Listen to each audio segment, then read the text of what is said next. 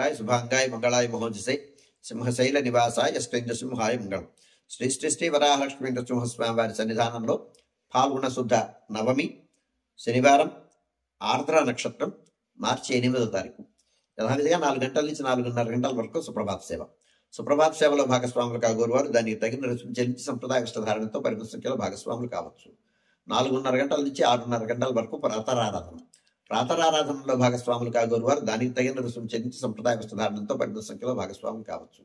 ప్రాతరారాధనలో భాగంగా నిత్యవేద పారాయణం, ఉపనిషత్ పారాయణం, దివ్యప్రముల సేవాకారం, అనంతరం దుప సేవ సమయంలో చతుర్వేద పారాయణం, శ్రీరామాయణం, భారతం, భాగవతం, విష్ణు పురాణం, క్షేత్ర మహాత్మ్యం, వరాహపురాణం, శ్రీభాష్యం, భగవద్ విషయం మొదలైన గ్రంథాలని పారాయణం చేయడానికి ఉపక్రమిస్తారు.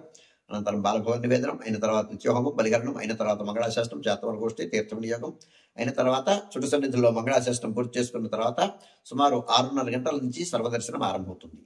7:30 గంటలకు సహస్రనామార్చనం, 8:30 గంటలకు గరుడ సేవ, 9:30 గంటలకు నిత్య కళ్యాణం ఆరంభమవుతాయి. ఆయా సేవల్లో భాగస్వాములు కాగోరువారు ఆయా సేవలకు తగిన రుసుము చెల్లించి సంప్రదాయ వస్త్రధారణంతో పరిమిత సంఖ్యలో భాగస్వాములు కావచ్చు. 11:30 గంటల నుంచి 12:15 గంటల వరకు రాజభోగ నివేదనం, మహానివేదనం. ఈ సమయంలో భక్తుల యొక్క దర్శనము నిలుపుదల చేయడం జరుగుతుంది. ఆర్ద్ర ప్రయుక్తమైనటువంటి ఆస్థానం సేవాకాలం ఈ సమయంలో జరుగుతుంది. మధ్యాహ్నం 12:15 గంటల నుంచి 2:30 గంటల వరకు సర్వదర్శనం కొనసాగుతుంది.